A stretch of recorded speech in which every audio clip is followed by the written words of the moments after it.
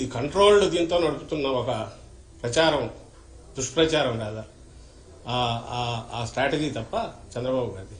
అందులో ఈ కేవలం ఒక చిన్న పావు, అంతకుమించి దీనికి వేరే ఇది లేదు.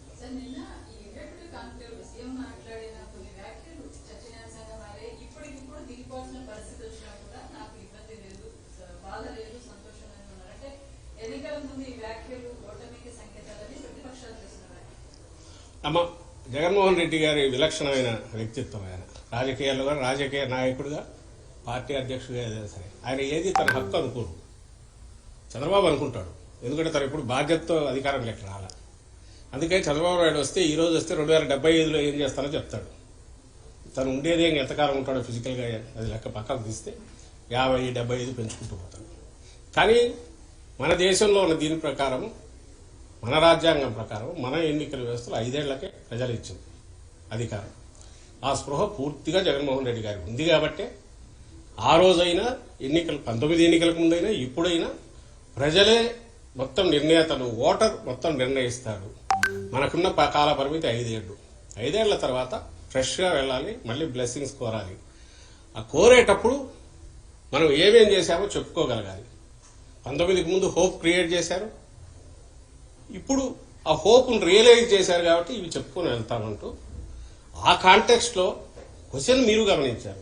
ఏమడిగాడు ఆయన?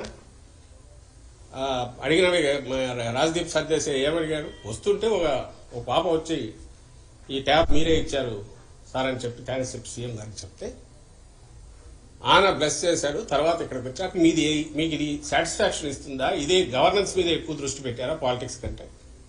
ఇదే ఎక్కువ మీకు సాటిస్ఫాక్షన్ ఇస్తుందంటే దానికి భావోద్వేగంతో ఆయన రియాక్ట్ అవుతూ ఆయన చెప్పిన మాట, ఐ ఫీల్ సో హ్యాపీ, ఈ 4.5 ఏళ్లలో ఇన్ని కోట్ల మంది జీవితాలను నేను సృజించగలిగినందుకు, వాళ్ళని టచ్ చేయగలిగినందుకు, పాజిటివ్ స్మైల్ తీసుకురాగలిగినందుకు నా జన్మ ధన్యమైంది అనుకుంటాను అనే 10 సెన్స్లో అంటూ, ఇఫటాలి ఒకవేళ ఇది కావాల్సి వచ్చినా నేను పూర్తి సాటిస్ఫాక్షన్తో ఉంటాను. ఎవరు అనగలరు? అది ఒక మహాస్థితి ప్రజ్ఞుడు మాత్రమే అనగలరు.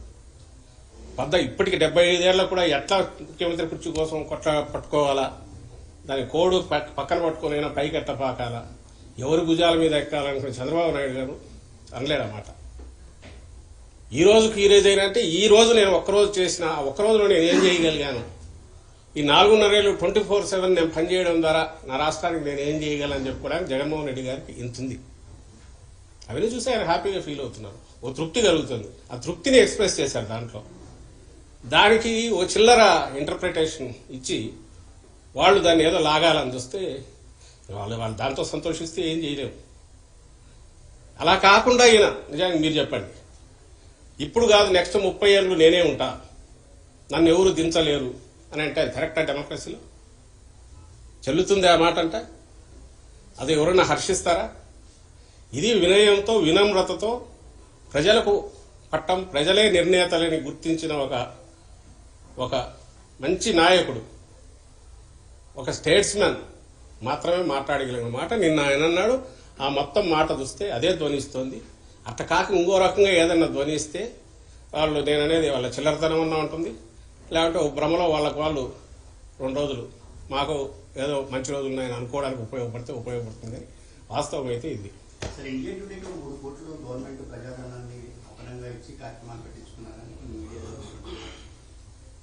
ప్రభుత్వం సంబంధించినంత వరకు ఏదైతే అవుట్ రీచ్ చేసిన ప్రజలకు చేసినవన్నీ ఇవి చేశాము, దీనివల్ల ఈ ప్రయోజనాలు కలిగినాయని చెప్పేది అందరూ చేసేదే. అయితే మేమేమి చంద్రబాబు నాయుడు లాగా దావోస్ పోయి ఊరగాయ పప్పు లేదా ఏదో తోటకూర పప్పు బిర్యానీలు పెట్టి ఎవడెవడిని నుంచి తీసుకుపోయి మా ఈ కల్చర్ అంటే ఇదని చెప్పి అట్లా చేయలే కదా ఆయన.